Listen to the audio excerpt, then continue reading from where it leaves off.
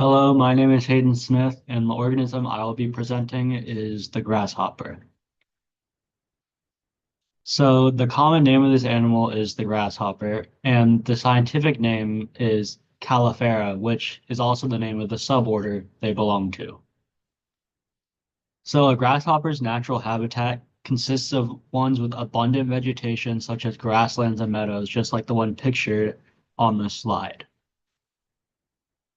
So grasshoppers are primarily herbivores, meaning they consume vegetation, grasses, and plants in general.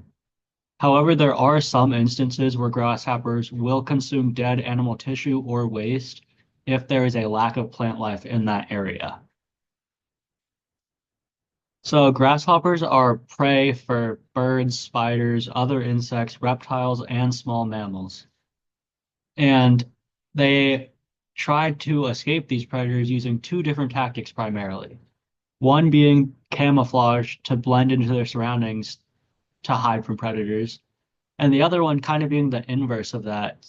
So they display bright colors to warn of their possible toxicity, as some grasshoppers consume plants that have toxins within them, and they kind of carry those toxins throughout their body because of that. So grasshoppers have a few unique and evolved traits, such as the camouflage and toxicity traits that we talked about on the previous slide.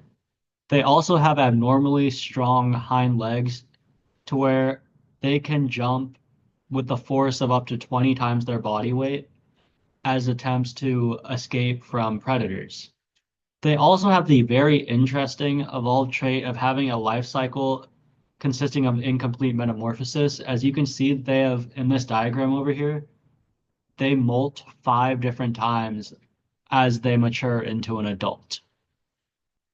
Whereas it's often the case where you just have one molting process.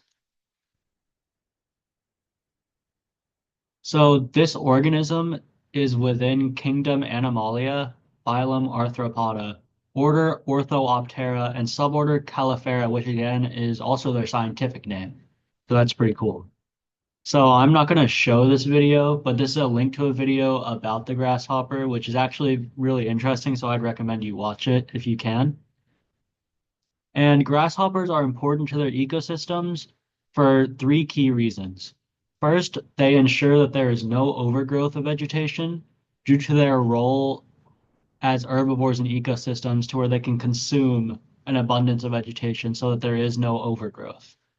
And kind of the flip side of this is they also fertilize soil, allowing for plant growth, whereas otherwise there would be less substantial plant growth in the area without grasshoppers. And finally, they are a vital food source for predators in the ecosystem, as just kind of in the food web within these ecosystems, they are primary consumers that get consumed by carnivores or omnivores in the ecosystem. These are my cited sources. All the images used, unless they were cited over here, are stock images under the Creative Commons license. And that's it. Thank you.